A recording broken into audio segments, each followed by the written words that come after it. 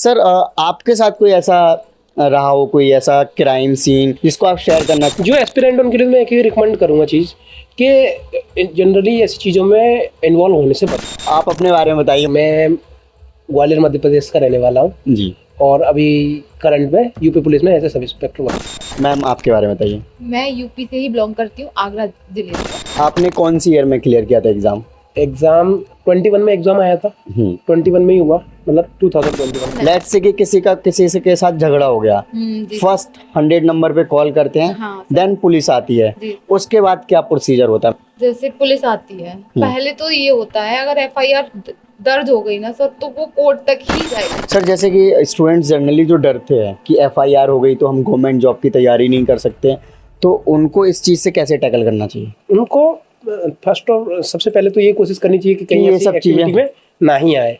Training में क्या क्या चीज़ें करवाई जाती हैं?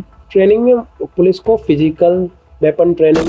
फिजिकली क्या क्या रिक्वायरमेंट होते हैं एज अ सब इंस्पेक्टर बनने की? लड़कों का मैं बता देता हूँ।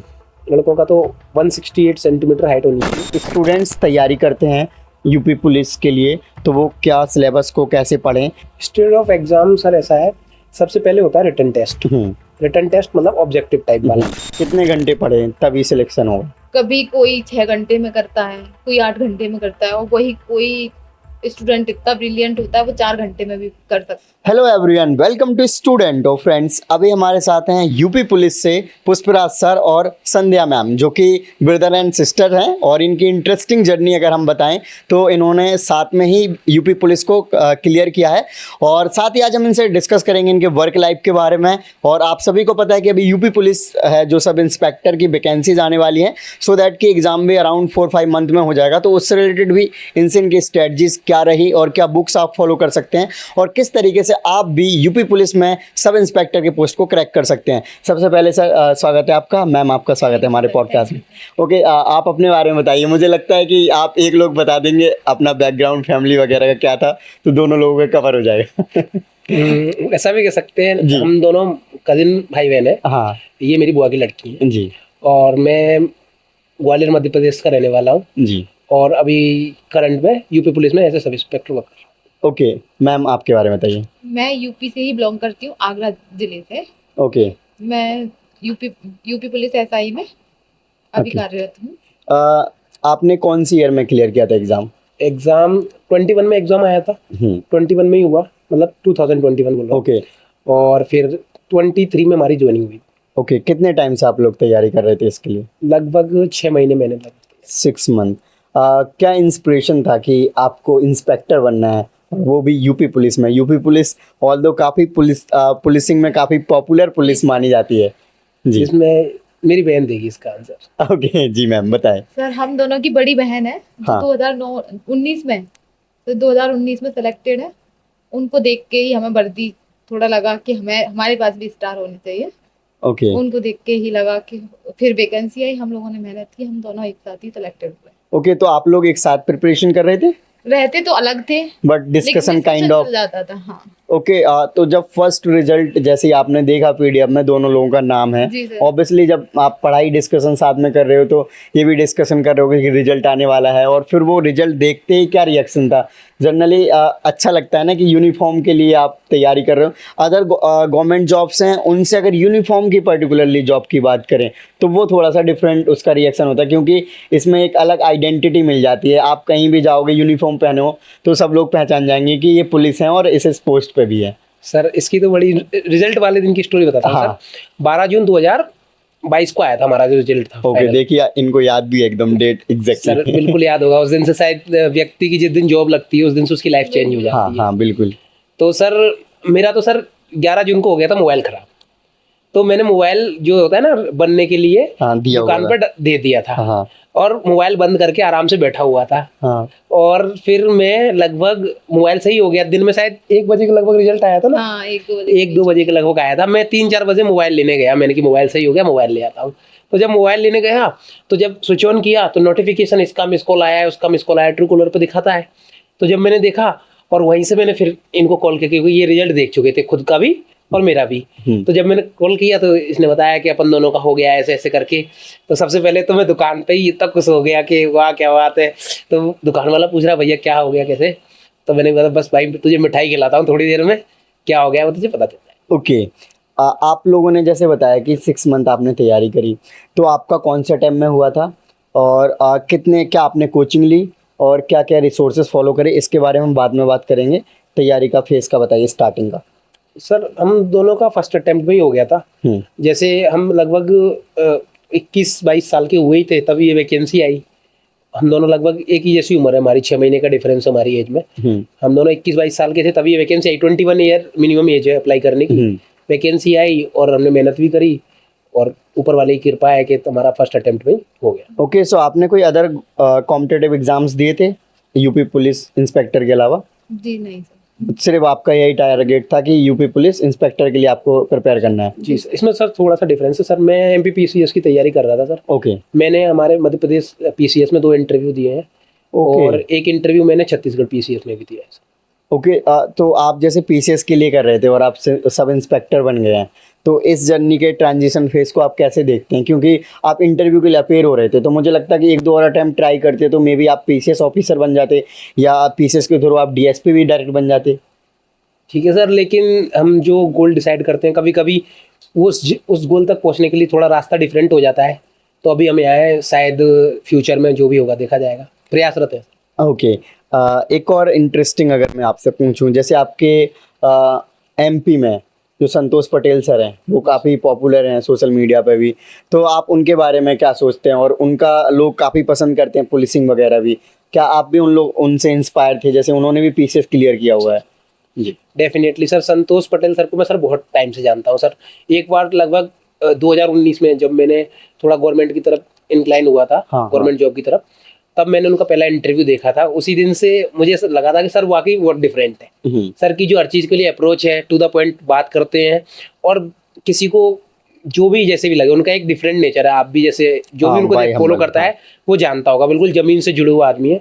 तो बहुत बड़ी इंस्पिरेशन है सर मेरे लिए और मैं भी सर से बहुत जुड़ा हुआ हूँ और इंस्पायर्ड फील। ओके मैम, आपने जैसे आपके सिस्टर के बारे में बताया कि आप उनसे इंस्पायर थे, तो अभी आपको अराउंड 2 ईयर होने वाले हैं यूनिफॉर्म को बियर करते हुए और सर्विस करते हुए। सो कैसा एक्सपीरियंस रहा 2 सालों में, अगर मैं आपसे जानना चाहूँ? सर पहली बार मैं बताऊं, मुझे 2 साल नहीं हुए इस विभाग में, मुझे 6 साल हो गए। 6 ईयर? 6 ईयर। मैं पहले कांस्टेबल के पद पर तैनात थी। ओके। 2019 में। उसी दौरान ये वैकेंसी आती है 2021 में।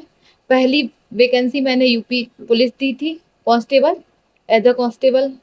पहली वैकेंसी में मैं वहाँ, सेकंड जो अटेम्प्ट था वो मेरा ये था यूपीएसआई। 21 एज होती है, मैंने ये दिया। इसके बाद मैं यहाँ सेलेक्टेड हूँ। ओके, तो आपको अराउंड 6 ईयर हो गए जी हैं, सर, 6। तो आप कांस्टेबल से आप सब इंस्पेक्टर बन गए हैं।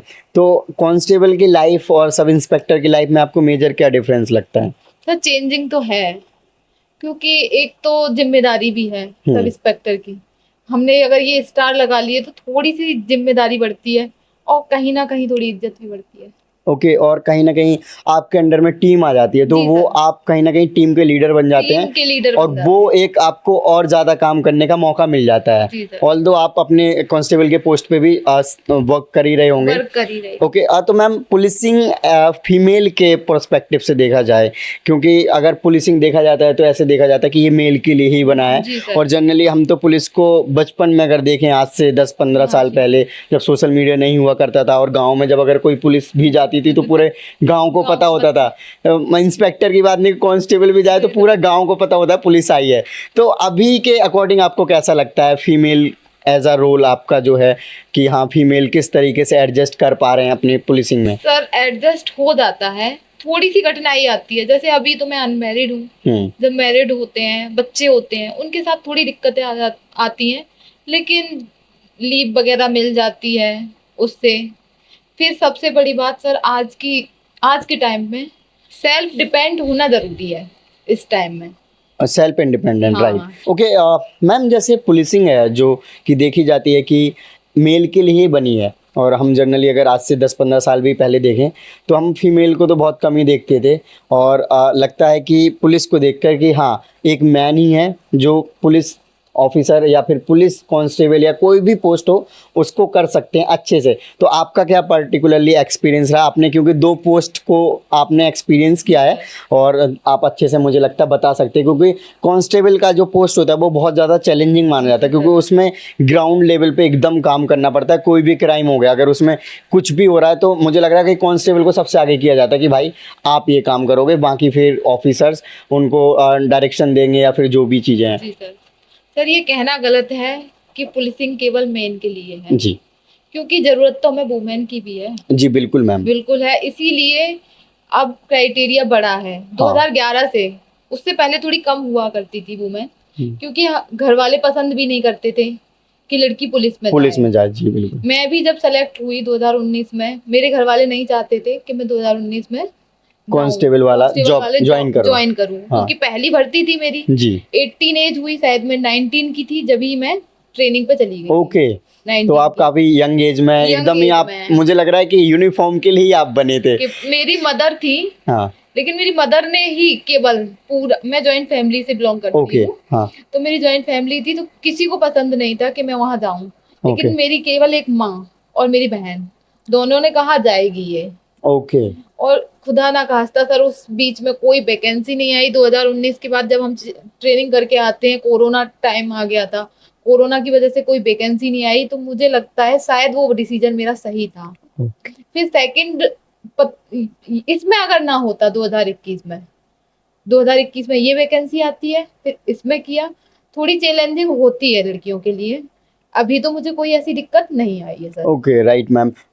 हम थैंकफुल भी हैं कि सोशल मीडिया के वजह से जैसे आपका हम आज इंटरव्यू कर रहे हैं तो डेफिनेटली वो पेरेंट्स भी देखेंगे जो अपने गर्ल्स को पुलिसिंग में या फिर जॉब के लिए बहुत ज़्यादा मोटिवेट नहीं करते या फिर आगे नहीं बढ़ाते हैं। जैसे आपने, मुझे लगता है कि आपने जिस तरीके से बताया तो आपको काफ़ी चैलेंजेस फेस करने पड़े ज्वाइन करने के लिए। पहली बात तो है कि तैयारी करना ही एक बड़ा टास्क होता है और फिर सिलेक्शन ले लिया, अब सिलेक्शन के बाद आपको ज्वाइनिंग के लिए भी स्ट्रगल करना पड़ रहा है। तो मैम ऐसे पेरेंट्स हैं जो अभी भी गर्ल्स को पुलिसिंग की भी बात ना करें, अदर गवर्नमेंट जॉब्स के लिए भी उतना प्रमोट नहीं करते कि नहीं आपको तैयारी करो। जनरली आजकल तो सोशल मीडिया की वजह से थोड़ा चीज़ें कम हुई हैं कि हाँ गर्ल्स को थोड़ा बाहर निकाल रहे हैं, उनको रोक नहीं रहे हैं कि पढ़ना नहीं चाहिए। तो आप क्या कहना चाहेंगे? सर मैं यही कहना चाहूँगी सभी से कि जब तक गर्ल्स की संख्या ज़्यादा नहीं होगी बाहर जी, तब तक कैसे हम, जैसे हमारी लड़की को प्रॉब्लम हुई, एक पेरेंट्स मना तो कर देते कि पुलिस में नहीं जाएगी जी मैम, लेकिन जब लड़की को दिक्कत होती है, ससुराली जन से हुई या छेड़खानी हुई या कुछ भी हुआ, तो वो फिर क्यों जाके थाने में ढूंढते हैं कि महिला पुलिस मिल जाए या महिला सब इंस्पेक्टर मिल जाए या महिला कांस्टेबल मिल जाए। जी बिल्कुल, यही तो चाहते हैं।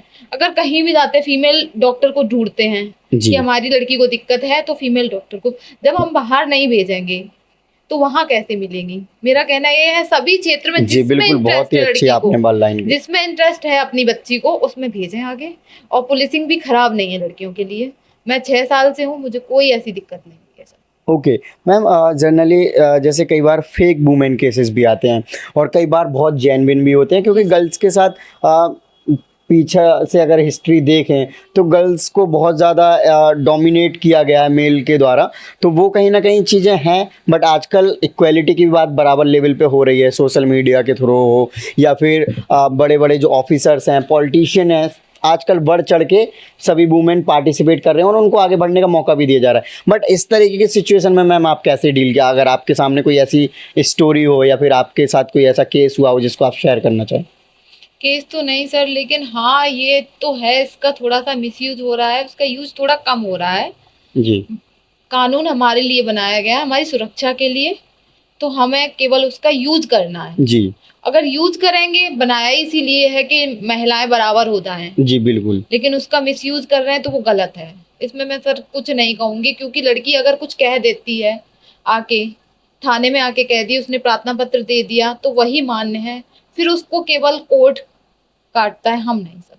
मैंने एक शायद अभी एक पोकी बाबा करके है ना, उनका मैंने एक रील देखा था, तो उसमें वो बताता है कि मेरी कोई पत्नी थी, उन्होंने मेरे ऊपर, मतलब वो भाग के साथ में आई थी मेरे साथ, और फिर उन्होंने कह दिया कि नहीं ये ज़बरदस्ती मेरे को लेके आया। वो कह रहा कि मुझे पूरा जीवन का सज़ा हो गया। तो इस तरीके से मुझे लग रहा है कि जो उन्होंने बताया, जो वो पर्सन जिस इमोशन के साथ बता रहे हो, इट में भी सही भी हो सकती है चीज़ बिल्कुल सही हो सकती है। वो जेल में गए थे प्रवचन करने जब। हाँ हाँ, वही वही। ये भी हो सकता है सर। सॉरी, मैंने उनको पुकी बाबा बोला, जो जनरली मैं उनका रिस्पेक्ट करता हूँ। अनिरुद्धाचार्य उनका नाम है, आप सभी जानते होंगे उनको। ओके, लेट्स सी आगे सर। सर आपके साथ कोई ऐसा रहा हो, कोई ऐसा क्राइम सीन या फिर कोई ऐसा स्टोरी या फिर कोई ऐसा केस रहा हो जिसको आप शेयर करना चाहें, जिससे कि जो एस्पिरेंट तैयारी कर रहे हैं उनको भी पता चले कि हाँ हमें ऐसी चीज़ें डील करनी है, या फिर कोई ऐसी इन्फॉर्मेशन हो सकती है जो कि जनरल लोगों को भी हेल्प करे कि हाँ अगर इस तरीके से किसी के साथ होता है तो ये सारी चीज़ें ऐसे होती हैं। जो एस्पिरेंट उनके लिए मैं एक ही रिकमेंड करूंगा चीज़ कि जनरली ऐसी चीज़ों में इन्वॉल्व होने से बचो। और सबसे पहले अपने career, your career should be your priority. Right. अगर आपका कैरियर सब कुछ सेट है ना, तो जो बाकी की चीज़ें हैं वो धीरे धीरे अपने आप सेट हो जाएंगी। लेकिन आप इन सब चीज़ों में चले गए और खुदा ना खास्ता कुछ आपके साथ ऐसी घटना दुर्घटना, मतलब कोई केस वेस ऐसा कुछ हो गया, तो अगर आप नॉन गिल्टी भी होगे तो भी आपका समय पैसा काफ़ी कुछ बर्बाद होगा जी। मतलब एक लंबी फाइट लड़नी पड़ेगी आपको कोर्ट कचहरी में। शायद ऐसे ही 2-3 साल पहले कोई दिल्ली का ही कोई केस हुआ था, जो अरोड़ा करके एक लड़का था, जिसमें एक लड़की ने केस किया था, फिर वो कनाडा चली गई थी, ऐसा कुछ केस हुआ था एक लड़के का। ओके। तो वो नॉन गिल्टी तो प्रूव हो गया कोर्ट से, लेकिन उसको 3 साल लगे। 3 साल में उसका कोर्ट कचहरी में पैसा, मेंटल बर्डन, सब चीज़ें। राइट। सोशली भी काफ़ी लॉस हो जाता है। तो कोई ऐसा इंसिडेंट और कोई नुकसान उससे पहले, वो कहते हैं ना, prevention is better than cure. Right. Sir जैसे आपने कुंभ में भी अपनी सर्विस दी है, तो कुंभ के बारे में बताइए, आपका कैसा एक्सपीरियंस रहा, आपका क्या रोल था और आपने कैसे उसको फेस किया, क्योंकि काफ़ी चैलेंजेस भी देखने को मिले, क्राउड इतना हो गया, स्टैम्पीड भी हुए, काफ़ी ज़्यादा लोगों का प्रॉब्लम भी आई, वो आपको पता ही होगा, आप तो वहाँ पे थे, तो उसका कोई ऐसा सर आप शेयर करना चाहें। इसमें सर कुंभ में मेरी जो ड्यूटी थी वो कंट्रोल रूम में थी। और इतना बड़ा जब इवेंट होता है, जैसे हम अगर अपने घर पे भी देखें, एक छोटी सी गेट टुगेदर हो, छोटी शादी भी होती है, 100-50 रिश्तेदार आ जाते हैं, तो कितनी बड़ी व्यवस्थाओं की कमी आ जाती है। कभी खाना कम पड़ गया, कभी नाश्ता कम पड़ गया, कभी गद्दे रजाई कुछ भी कम पड़ गया। हाँ, ये तो होता है, घर में ही हो जाता है। घर में हम 4 मेंबर ही रहते हैं, हर दूसरे दिन कोई ना कोई चीज की कमी हो जाती है। तो कुंभ में तो जब मैं नोटिस कर रहा था, वहां पर कंट्रोल रूम में था, तो डेली हम देखते थे, एवरेज चलता था वहां पर डेली लगभग 70-80 लाख से लेके 1 करोड़ लोग आ रहे। ओके। कंट्रोल रूम में जब हम काउंट करते थे अपने डेटा से, वो एक अगर देखें घाट वाला जो एरिया है, हाँ, बहुत भी ज्यादा बड़ा नहीं है। अब 1 करोड़ लोगों के हिसाब से तो मुझे लग रहा है वो छोटा ही पड़ेगा। डेफिनेटली सर, इतने घाट थे और गवर्नमेंट ने सब चीजें पहले से बहुत कैलकुलेट करी थी। मतलब नए घाट भी बहुत बनाए थे। जो गंगा जी थी, गंगा रिवर है जो, उसके लगभग 8-10 किलोमीटर लोग नए घाट बनाए थे, काफी कुछ। लेकिन फिर भी सर 1 करोड़ लोग बहुत ज्यादा होते हैं। डेली 1 करोड़ लोग आते थे। मैं कंट्रोल रूम में था, तो कंट्रोल रूम हम देखते थे, कैमरे से पूरी मॉनिटरिंग रहती थी। और जो भी था उसमें मेन रोल जो मेरा था या फिर हमारी टीम का था, वो ये था कि कोई भी जो घटना है हो सकती है, उससे पहले ही उसको डिटेक्ट करने की कोशिश करना। अगर कहीं आपको कैमरे पे छोटी सी फायर दिख रही है, तो आप उसको फायर को वहीं तुरंत रिपोर्ट कर दीजिए। ऐसा लगता है यहाँ भीड़ ज़्यादा हो रही है इस एरिया में, तो आप उसको वहीं रिपोर्ट कर दीजिए उस संबंधित थाने या चौकी को, ताकि वो उस चीज़ को कंट्रोल कर ले। तो जो आफ्टर कोई इंसिडेंट हो जाए उसके बाद वाला वर्क तो था ही, लेकिन कंट्रोल रूम में जो मेन वर्क था वो था कोई चीज़ हो पाए, कोई मिसहैप हो पाए, कोई दुर्घटना हो पाए, उससे पहले ही उस चीज़ को रिपोर्ट करके कंट्रोल करना। राइट। मैम, आप जैसे आपने 4-5 ईयर कांस्टेबल की जॉब करी, अब आने वाले टाइम पे आप 5 to 10 ईयर में अपने आप को कहाँ देखते हैं? सर कोशिश है इन फ्यूचर इससे अच्छा हो। राइट। ओके। आपके स्ट्रेंथ और वीकनेस की बात करूं तो आपको क्या लगता है सर? सर क्या पुलिसिंग के टर्म्स में? हाँ, पुलिसिंग के टर्म्स। सर पुलिसिंग के टर्म्स में स्ट्रेंथ तो सर यही है कि अब हमें ट्रेनिंग में जो है, हमने जो ट्रेनिंग करी उससे हमारी बॉडी और माइंड की जो मेंटल स्टेट है ना, वो हर टाइप की सिचुएशन से डील करने के लिए हम लोग रेडी हो चुके हैं। अगर कभी किसी भी सिचुएशन में मैं कई घंटों लगातार ड्यूटी करनी पड़ जाए, तो हम अपने माइंड को कंट्रोल करके उसको भी कर सकते हैं। ये हमें मेंटल और फिजिकली स्ट्रांग बनाती है। ओके मैम, FIR क्या है, पहले तो ये बताइए आप। FIR सर ये होती है फर्स्ट इंफॉर्मेशन रिपोर्ट। इसकी फुल फॉर्म तो यही है। FIR का मतलब है जब वादी बोलते हैं जो पीड़ित है, जब वो लेके जाता है प्रार्थना पत्र, जब वो चाहता है कि इस पे मेरा केस फाइल हो, कार्रवाई हो, जब तक वो लेके जाता है कागज पे लिख के, जब तक वो प्रार्थना पत्र रहता है। तो हमारे यहाँ एक चीज चलती है GD CCTNS। जब वो CCTNS पे फाइल हो जाता है उसको FIR। ओके, जनरली एप्लीकेशन लिख के जाते हैं, वो एफआईआर नहीं होती है। नहीं। लेट्स से कि किसी से के साथ झगड़ा हो गया, जी फर्स्ट 100 नंबर पे कॉल करते हैं, हाँ देन पुलिस आती है, जी। उसके बाद क्या प्रोसीजर होता है मैम, थोड़ा सा बताएंगे एफआईआर तक का। जैसे पुलिस आती है, पहले तो ये होता है अगर एफआईआर दर्ज हो गई ना सर, तो वो कोर्ट तक ही जाएगी मोस्टली। अब नया कानून आया है, उसमें समझौता के लिए भी मना कर रखा है। पहले समझौते हो जाते थे तो हम एफआईआर लगा देते थे, अब नहीं है ऐसा। लेकिन और उसमें टाइम बहुत जाता है, दोनों पार्टी का टाइम जाएगा, हो सकता है बीच में उनका मनमुटाव कम हो जाए, तो इसलिए वो फाइल पुलिस कोशिश करती है कि इनका अगर बातचीत हो जाती है तो ठीक है। लेकिन अगर लड़की पीड़ित है या लड़का पीड़ित है तो एफआईआर दर्ज करने के लिए सीसीटीएनएस पे हम, एक ऐप है सीसीटीएनएस, तो उस पर फाइल करते हैं। अगर वो फाइल हो गया, फिर इन्वेस्टिगेशन ऑफिसर जैसे आईओ को मिल गया, तो फिर वो उसमें कार्रवाई करेगा। ओके मैम, आपने गर्ल्स एंड बॉयज के पर्सपेक्टिव से बोला है फिर जनरल के पर्सपेक्टिव से बोला है? तो जनरल। ओके मैम, अगर कोई गर्ल्स पीड़ित हैं और वो एफआईआर कराने आते हैं या फिर रिपोर्ट कराने आते हैं, तो क्या प्रोसीजर होगा उनका? कुछ सेम होगा या फिर डिफरेंट होगा? सर सेम होगा, लेकिन यही है, महिला है अगर ज्यादा पीड़ित है, सिचुएशन देखी जाती है उसकी। ओके, उसी के ऊपर निर्भर होता है पूरी तरीके से उसे एफआईआर करानी है या नहीं करानी। और सर अगर कोई जैसे बॉडी रिलेटेड क्राइम है गर्ल्स के साथ जो, तो गर्ल्स के मैटर में थोड़ी गोपनीयता बनाई जाती है, गोपनीयता, ताकि उसकी जो आइडेंटिटी है वो लीक ना। ओके, इन फ्यूचर कोई प्रॉब्लम्स ना आए उनको भी अपने सोशली लाइफ में लड़कियों को दिक्कत होती है। ओके मैम, जैसे सर से ही पूछ लेता हूँ सर, जैसे कि स्टूडेंट्स जनरली जो डरते हैं कि एफआईआर हो गई तो हम गवर्नमेंट जॉब की तैयारी नहीं कर सकते, तो उनको इस चीज़ से कैसे टैकल करना चाहिए? उनको फर्स्ट और सबसे पहले तो ये कोशिश करनी चाहिए कि कहीं ऐसी एक्टिविटी में ना ही आए। राइट। और अगर कोई का गलती से नाम आ जाता है, कोई भी अगर सीरियस स्टूडेंट होगा तो वो जानबूझ के, मुझे नहीं लगता, इन्वॉल्व होने की कोशिश करेगा जी। उसको भी अपने फ्यूचर का अगर ख्याल होगा तो वो नहीं करेगा। लेट्स सी किसी के साथ गलत तरीके से, इस तरीके का किसी ने कर दिया, झूठा कर दिया एफआईआर, तो सर सबसे पहले तो हमें किसी अच्छे लॉयर के संपर्क में आना चाहिए, और अपने लॉयर के माध्यम से, या फिर खुद अगर आप कैपेबल हो थाने पे किसी केस अप्रोच करने के, तो उनको जाकर के, जो भी आपका आईओ है उसको पूरी बात जाकर के बताओ। और आज के जो ऑनलाइन जमाना है, तो ऑब्वियसली जैसे आप कोई रहने वाला है कोई कानपुर का, फॉर एग्जांपल मैं बोल रहा हूँ, वहाँ पर उसके साथ कोई गलत ऐसा केस भी रजिस्टर हो गया, तो आप दिल्ली में रहे हो, दिल्ली में हो, यहाँ वहाँ पर झूठा आपको कुछ कर रहे हैं, तो आपके पास ऑब्वियसली यहाँ पर कुछ हो सकता है, सोशल मीडिया का प्रूफ हो, आपने कोई मतलब कहीं आप सीसीटीवी कैमरे में आए हों, या फिर कहीं बैंक कहीं गए हो, कहीं कोचिंग के कैमरे में हो, या फिर आपका मोबाइल आप यहाँ यूज कर रहे हो, तो कुछ ऐसे सब्सटेंशियल प्रूफ वहाँ पर जाके जमा कराओ, और उसी हिसाब से अपने आईओ से संपर्क करके और अपने थोड़ा सा वकील की हेल्प ले करके आगे बढ़ो। ओके, आप जैसे मेल है, मैम फीमेल है, तो क्या मेजर डिफरेंट रहा है आप दोनों की ट्रेनिंग में? अगर मैम आप बताएं कि आपकी मेल के ट्रेनिंग से क्या थोड़ा सा डिफरेंट होता है आपका ट्रेनिंग? मोस्टली कुछ ऐसा डिफरेंस नहीं होता है, बस यही है कि थोड़ी रनिंग वनिंग वैसे तो लड़कियों की भी काफ़ी होती है। हमारे टाइम पीरियड में हमारी ट्रेनिंग मेरठ में हुई, तो हमने कहीं जहाँ लड़कों की चल रही थी उससे ज़्यादा भी रनिंग लगाई की है।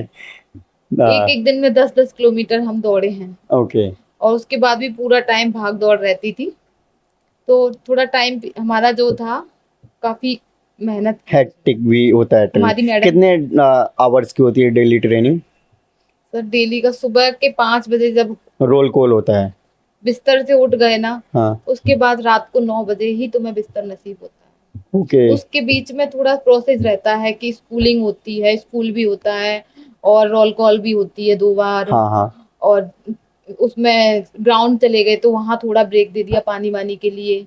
लेकिन जो बिजी शेड्यूल है वो 9 के ट्रेनिंग में क्या क्या चीज़ें करवाई जाती हैं? ट्रेनिंग में पुलिस को फिजिकल वेपन ट्रेनिंग और फिजिकली स्ट्रॉन्ग करने के लिए पीटी ट्रेनिंग, आईटी ट्रेनिंग, और इसके अलावा जो लॉज वगैरह है उन सबकी ट्रेनिंग पूरी स्पेसिफिक दी जाती है। ओके मैम, ट्रेनिंग को आप एंजॉय कर रहे हैं फिर अभी पोस्ट पे हैं उसको एंजॉय कर रहे हैं? सर ट्रेनिंग को एंजॉय, सर ट्रेनिंग को पूरी लाइफ नहीं भूल सकते हैं हम। क्योंकि 24 घंटे साथ में रहना, एक चीज बोली जाती थी, हमारे ट्रेनर बोलते थे ये टाइम है जो गोल्डन पीरियड है, वो अब समझ में आया बाहर निकल के।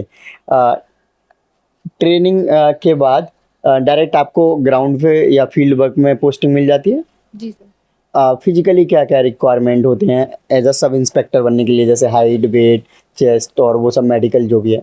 मैं लड़कों का मैं बता देता हूँ। लड़कों का तो 168 सेंटीमीटर हाइट होनी चाहिए और वेट का तो ऐसा कोई क्राइटेरिया नहीं है। और जो चेस्ट का जो है वो 5 इंच फूलना चाहिए, जैसे सांस लेते हैं ना इनहेल एक्सहेल में वो। और इसके अलावा रनिंग होती है। रनिंग भी कोई ज़्यादा टफ रनिंग नहीं है मेरे हिसाब से। लगभग आपको 28 मिनट का टाइम मिलता है, उसमें आपको 4.8 किलोमीटर रनिंग करनी है। ओके मैम, आप? गर्ल्स के लिए सर 152 सेंटीमीटर हाइट और वो 2400 मीटर रनिंग 16 मिनट में। ओके। ज़्यादा टफ नहीं होती है और वेट का इशू नहीं है, लेकिन मिनिमम 40। ओके, अब जैसे एग्ज़ाम की बात करी थी, 4-5 मंथ में अप्रॉक्स आइडिया कि एग्ज़ाम हो जाएगा। आपने बताया था जैसे आपने 6 मंथ तैयारी करी थी, तो मुझे लगता है कि आपने तो जैसे पहले पीसीएस की तैयारी कर रखी थी, तो आपके लिए तो आसान होगा। मैम ने भी कांस्टेबल क्रैक कर रखा था, तो डेफिनेटली मैम ने काफ़ी एफर्ट्स दिए होंगे, क्योंकि आजकल चाहे छोटे एग्ज़ाम की तैयारी करो या बड़े एग्ज़ाम्स की, पढ़ना उतना ही पड़ता है मैडम, कॉम्पिटिशन भी उसी लेवल का ही होता है। सो एक जनरल बताइए कि स्टूडेंट्स तैयारी करते हैं यूपी पुलिस के लिए, तो वो क्या सिलेबस को कैसे पढ़ें? सबसे पहले तो सिलेबस देखें, फिर PYQs देखें और किस तरीके से अपने सब्जेक्ट को कवर करें। पहले तो मैं चाहूँगा कि आप थोड़ा सा स्टेज ऑफ एग्ज़ाम्स के बारे में बता दें कि किस तरीके से एग्ज़ाम होता है। जैसे पहला हो गया, फिर प्रैक्टिकल, क्या क्या चीज़ होती है? स्टेज ऑफ एग्ज़ाम सर ऐसा है, सबसे पहले होता है रिटन टेस्ट। रिटन टेस्ट मतलब ऑब्जेक्टिव टाइप वाला। उसमें 4 सब्जेक्ट हैं, Hindi, general knowledge, maths and reasoning. Okay. उसमें से 40 क्वेश्चन पर सब्जेक्ट आते हैं, टोटल 160। ये मैं 21 का पैटर्न बता रहा हूँ हमारे एग्जाम का। हाँ। वैसे तो वही रहेगा 99% जो पहला पैटर्न था, तो मैं उसी हिसाब से बता रहा हूँ।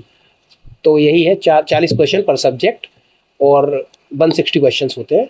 उसी हिसाब से मेरिट लिस्ट बनती है। फिर मेरिट लिस्ट से हम शॉर्ट लिस्ट होते हैं फिजिकल एफिशिएंसी टेस्ट के लिए। फिजिकल एफिशिएंसी टेस्ट होती है और इसके अलावा एक टेस्ट होता है physical standard test. Okay. Physical standard में यही होता है, आपकी हाइट वाइट देखी जाती है और चेस्ट वगैरह देखी जाती है। फिर फिजिकल एफिशिएंसी यानी कि रनिंग। ओके। उसका नाम है फिजिकल एफिशिएंसी, लेकिन उसमें रनिंग होती है। रनिंग आपको करनी है उसी स्पेसिफिक टाइम में। अगर आपने रनिंग पास कर ली और हाइट चेस्ट सब कुछ ओके है, तो फिर उसी बेसिस पर जो एग्जाम हुआ था ना पहले रिटर्न, उस पर ही फाइनल मेरिट लिस्ट बन जाती है और सिलेक्शन। ओके मैम, आप बता दीजिए स्ट्रेटजी के बारे में कि कैसे पढ़ें, क्या क्या रिसोर्सेज को फॉलो करें, कौन कौन सी बुक्स और टीचर्स को फॉलो करें? बिल्कुल सर, जैसे पहली बात तो ज़्यादा बच्चे क्या करते हैं, भटकते ज़्यादा है। यहाँ से पढ़ लिया, वहाँ से पढ़ लिया। अगर एक टीचर से पढ़ रहे हैं तो वो पूरी कोशिश करता है कि अपने बच्चे को पूरा सिलेबस लेके चले। हाँ। सबसे पहले तो सिलेबस देखें। अगर उसने पहले पढ़ाई नहीं की बच्चे ने कभी, तो पहले सिलेबस देखे, सिलेबस के अकॉर्डिंग अपने सब चैप्टर वाइज करते जाए। चैप्टर के बाद जैसे हिंदी हुई, हिंदी के लिए हम यूट्यूब से पढ़ सकते हैं, किसी चैनल को ले सकते हैं। अब ऑनलाइन प्लेटफॉर्म बहुत ज़्यादा है। तो उसके बाद हमें बुक्स की ज़रूरत होती है। तो मैंने बुक्स जो यूज वो करी थी अपने में, तो वो यूनिवर्सल की थी। हिंदी की मैं टॉपिक वाइज पढ़ती थी, उसके बाद उसमें देखती थी।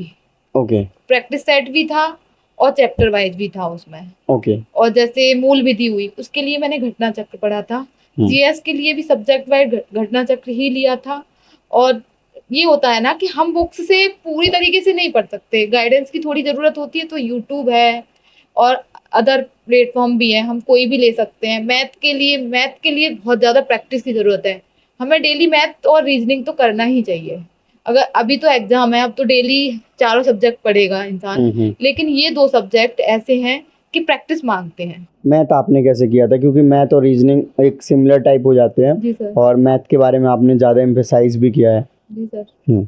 मैथ के लिए मैंने ऑनलाइन प्लेटफॉर्म हुआ, जैसे एसएससी के लिए मेरा भाई पढ़ रहा था, तो ये आदित्य रंजन सर है ना, उनका भी देख लिया था, तो उससे हेल्प मिली थी। फिर उसके बाद मैंने प्रैक्टिस सेट लगाना शुरू कर दिया था, क्योंकि मेरा मैथ ठीक था, मेरा मैथ सब्जेक्ट भी रहा है, तो मुझे इतनी दिक्कत नहीं आई थी। और रीजनिंग के लिए विक्रमजीत सर की भी क्लासेस ली थी। और हिंदी के लिए मैंने अंकित भाटी सर उस टाइम पढ़ाते थे, मैंने उनकी क्लासेस ली थी। ओके। PYQ और मॉक्स कितने लगाने चाहिए अगर वो इंस्पेक्टर के लिए तैयारी कर रहे हैं? तो एक बार जैसे आपका सिलेबस वगैरह सब कुछ हो जाए, तो PYQ और मॉक्स पे ही फिर वर्क करना चाहिए अच्छे से। ओके पीवाईक्यू दो, मॉक्स दो, अपनी जो वीक एरिया है उसको एनालिसिस करो और फिर से दोबारा से तैयारी करके उसको वीक एरिया को सुधार के दोबारा दो। करंट अफेयर्स की बहुत ज़्यादा इंपॉर्टेंस है इसमें। जी सर, करंट अफेयर्स आजकल सभी में पूछी जाती है। ओके कितने घंटे पढ़े तभी सिलेक्शन होगा? ये तो सर इसका तो सर कोई जवाब डिपेंड नहीं है। रहता है, जी कभी कोई 6 घंटे में करता है, कोई 8 घंटे में करता है, और वही कोई स्टूडेंट इतना ब्रिलियंट होता है वो 4 घंटे में भी कर सकता है, एक एक घंटे सब्जेक्ट पढ़ के भी। तो वो Okay. अपने अकॉर्डिंग है, अपनी क्षमता पता चल जाती है कि हमें इतना पढ़ना है बच्चे को। ओके फिर भी सर एक जनरल आइडिया दें तो क्वालिटी स्टडी करो 6 से 8 6 से घंटे। 8 घंटा। ओके जो अभी एग्ज़ाम आने वाला है उसके बारे में थोड़ा बताएं कि स्टूडेंट अब कैसे करें। अपना सिलेबस अपना पकड़ के सिलेबस पकड़ो और उसके बाद सर नया नहीं पढ़े, जब एग्जाम आए ना तो नया नहीं पढ़े। जैसे बुक्स हमने नोट्स बनाए, उसका शॉर्ट नोट्स बना ले अपना जी। पढ़ने के लिए, हाँ कि उसको पूरी बुक्स ना उठानी पड़े, जिससे रिसोर्सेज थे उसके, तो वो चीजें लेके ना बैठे। एग्जाम टाइम है, 1 महीना है, 1.5 महीना रह जाता है, तब जो पढ़ा है बस वही पढ़े, इससे एक्स्ट्रा ना पढ़े।